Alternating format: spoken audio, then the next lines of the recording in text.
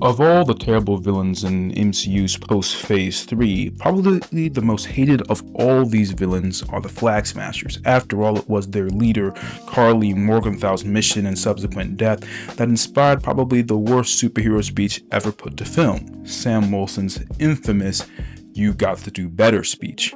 However, despite the MCU's terrible execution of this villainous organization, it did contain several sparks of greatness sprinkled within the overall concept of the FlagSmashers. Sparks that, if properly cultivated, could have driven the organization itself, along with Sam Wilson's Captain America, to A-list stature.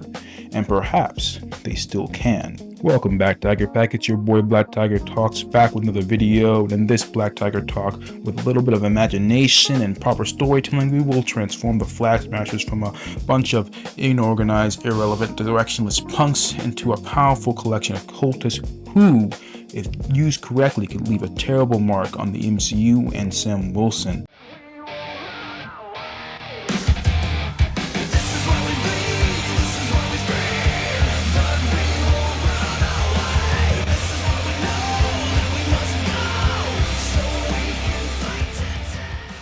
The FlagSmashers started out with several major sparks of greatness within their entire organization. Their backstory was the first one. Their backstory of them just being a bunch of people who are incredibly disgruntled with the New World Order, the way that since after the blip, the people got sent right back to their areas, and how during the blip, you had all these people who were kind of gathering around, going into the areas that where the people who had been blipped away, had been snapped away, they have been going into those areas. So now those people are back, we all of a sudden have this major, almost overpopulation issue in some of these smaller countries. And thus, it kind of makes a lot of interesting sense why they'd be disgruntled at these new people having to be kicked out as the old people kind of come back in. It's a situation that's really complex and has no real major solutions to it, but at the same time, you can understand why some people would be disgruntled with that turn of events.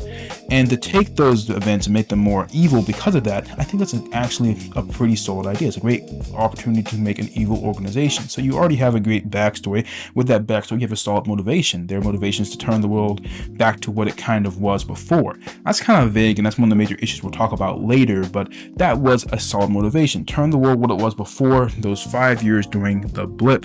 See if we can get that back to what it used to be. And because of the fact that their organization has become much larger, because of the fact that this was a worldwide global organization, as far as this global event of the blip itself, you now have the opportunity to make, again, anyone possibly be part of the movement. Anyone who's disgruntled, anyone who has problems with that idea of these new people who were put back into reality, now trying to take back what they have.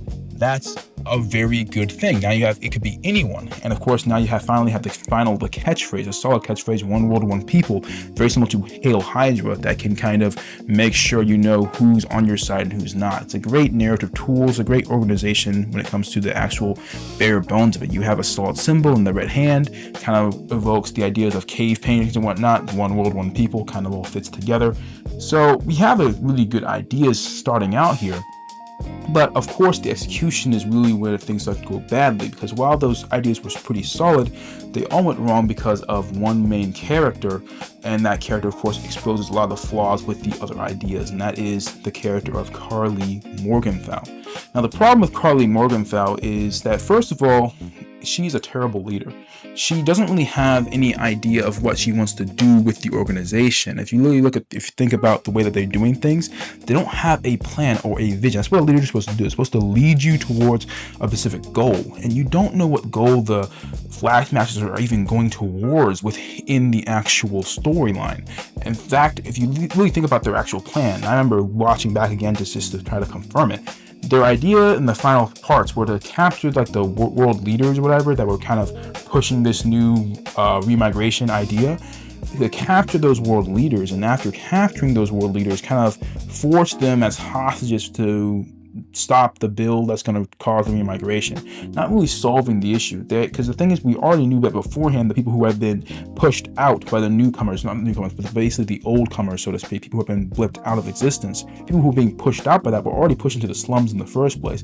So stopping the bill would only make sure that they're still in the slums. It doesn't really solve anything, ultimately speaking, and thus the entire finale kind of falls flat as a result of that. So yeah, that's one of the major issues with Karli Morgonthu. She didn't have really a vision. The other problems, of course, were that the organization itself wasn't really that organized. It was just completely decentralized. She was the leader, kind of, so to speak, but like there was nothing that made us think that why she would even be the leader in the first place. There were no second in commands for the most part, no actual organizational structure to let us understand who's in charge and what can happen from there. That's, of course, a big problem. Of course, also don't forget the fact that while they did have the super soldier serum, there's no real explanation of why they're so well trained with the super soldier serum. So a major issue when it comes to the organization, when it comes to the way it's actually structured.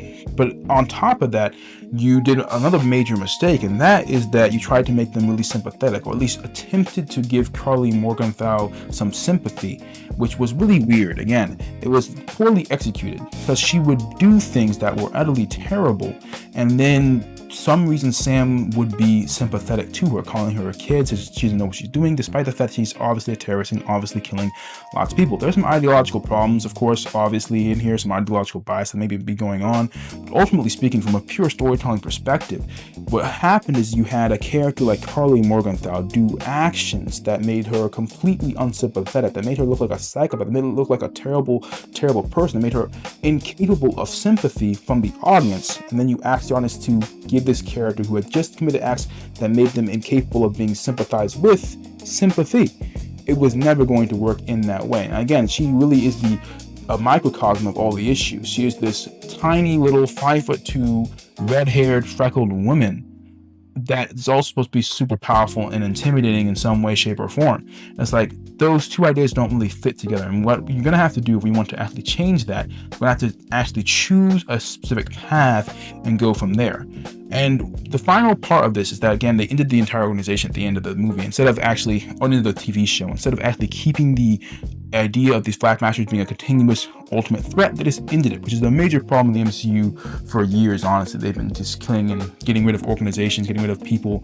Very bad idea for them long run, but still, within this idea, getting rid of the entire organization, specifically getting rid of her, can actually end up being a good thing, because now that she's out the picture, we now have the opportunity to add in someone else to be the new leader of this organization, someone who actually can organize the entire thing, someone who actually can be a leader, someone who can provide a clear and obvious vision for the future. A villain who could, if done correctly, could be the next big thing and could be the next Red Skull to Sam's Captain America.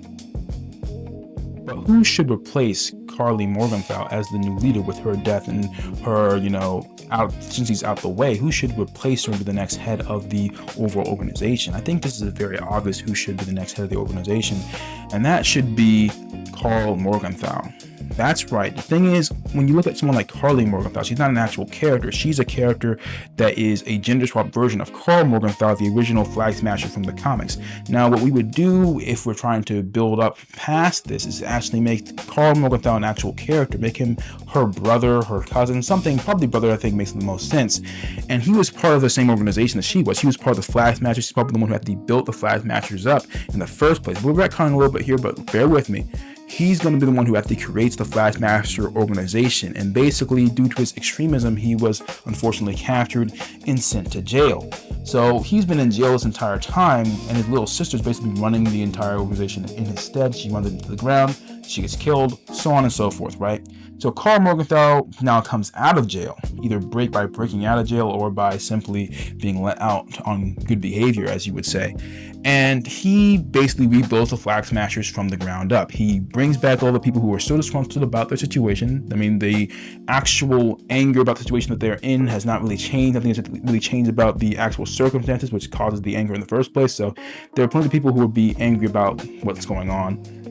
You saw there's a pretty big organization, the FlagSmashers. They had a lot of members, not just people with super soldier powers, but people with regular people. So he basically does all that. He manages to get the bodies of these super soldiers who died and basically extracts his own version of the super soldier serum from that. And again, this version would be probably more similar to DC's Venom. It wouldn't be helpful. It would be a temporary boost that would give him a certain amount of strength, and he would be able to attack from there. He would be a mix of the characters of Baron Zemo and Bane from The Dark Knight Rises. That's the type of character we try to make here. This big, powerful, intimidating guy who's also incredibly intelligent, but at the same time very crazy, because that's what he's going to add into this thing. He's going to add to an actual vision to the organization instead of just weird, vague goal about capturing, these global leaders. No, he has a bigger goal in mind. His goal is that instead of just capturing some random world leaders and trying to do something like that, his goal is that he actually believes that Thanos is correct. Thanos was right to do what he did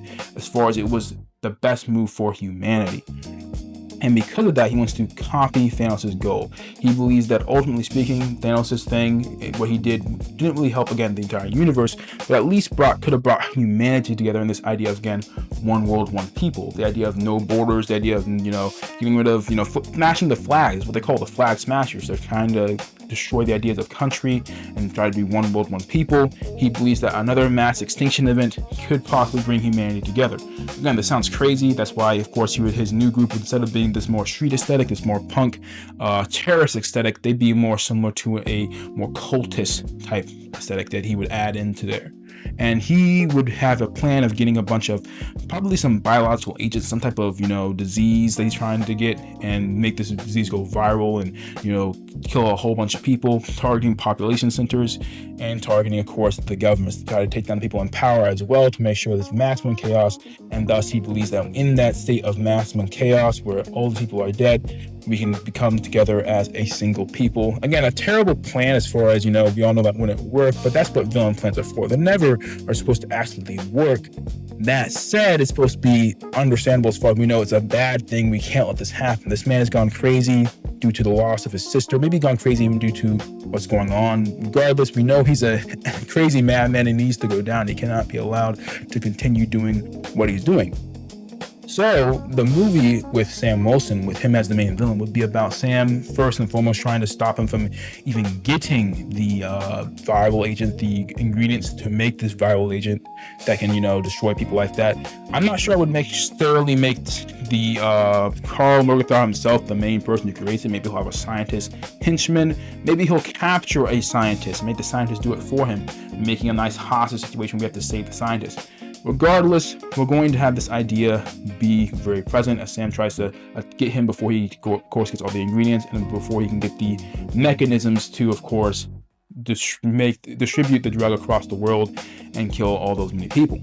So all of those ideas can kind of be put together in a great globe-trotting spy thriller type idea where you don't know who to trust because certain people could all be part of this whole massive one world, one people flag smasher cult. I think that's a far better idea to a character than, say, Karli Morgonthu. On top of this, you also have the final element that is kind of not been even talked about, which is the idea that if he is Karli Morgonthu's brother, he probably has a personal vendetta versus Sam. Now, I would like it that he would probably put that personal vendetta aside for the mission, but as Sam continues to get in his way, he continues to basically view Sam as this massive devilish creature that's trying to stop him from committing his goal. He kind of views himself more, again, as cultish, views him more like a god, so thus this must be his devil. That's actually a very cool, I think, idea to kind of really make these characters really click. So basically having this feud between him and Sam, I think that you would actually end up having a pretty solid movie on your hands. At least you have the concept of a movie on your hands. Of course, the execution has to be well done, of course, but I think that would be really smart. And one thing I would also do, and I will say this real quick when it comes to the finale, is that I would not kill him off in the end of the movie. I'd have him get captured instead, which means that the next movie can be about the idea of him being, put on trial, probably put on trial to be, killed, to be executed because, he's a terrible criminal who's done these terrible mass murdering type things. And the idea would be, as we attempt to obviously get him to the trial, Sam would have to guard him and try to keep him from, escaping as his people keep on trying to get him to escape. Because the idea is that without him there, unlike Hydra, you cut off the head of the snake, you might actually be able to kill it. I think that would be a far better idea for, again, a 2-movie arc. And of course, we all know if he's captured, one of the best scenes we can always think about the classic villain in jail scenes and our heroes talking to the villain while he's in prison. We all know those scenes are epic. Those scenes are awesome. we can definitely do that in this version of events. So yeah, that is the idea. Basically, take the organization of the FlagSmashers, reinvent them, have a new villain, a new guy like Karli Morgonthu be the main villain, the new FlagSmasher, make him a dominant, powerful force, make him be able to fight Sam, make him have a different ideology, make him as crazy as you want to make him, but also it's kind of a situation of the ghost of Sam's past in a way, as far as this is an ideology in a FlagSmasher organization that he dealt with in the past, and thus it becomes again kind of his Hydra. I think that's a really cool idea. You didn't have the idea that, again, Carl, especially in the second movie, could even try to attack Sam's family. He can try to say that even though I'm captured right here, before I go, I'm going to make sure I destroy everything about you. I'm going to attack your sister and your nephews. I'm going to have my people attack Isaiah Bradley. Everyone and everything that you love is going to be destroyed by me, just how you took everything and everyone I loved away from me. I think that's a really cool idea. And again, multiple movies about a singular villain and a singular hero's, conflict, I think is far superior than having a singular movie about it for the most part. I think it's one of the best things about superhero comics in general is that you have villains that continue to come back and return and commit more and more damage. But at least that's just my thoughts. What do you guys think? Like the video, comment down below, do all that YouTube jazz. I just want to thank you guys again for, continuing with me on this YouTube journey. If you like this video, there are other videos you might enjoy. I might talk about my legacy video that I made about good old Sam called, he didn't deserve this. I have some other videos that came out recently talking about how the MCU needs a new big three. All these videos are, be put in the description and put on the, screen above. But, I'll cut it there and stop rambling. So until next time, stay ferocious, Tiger Pack.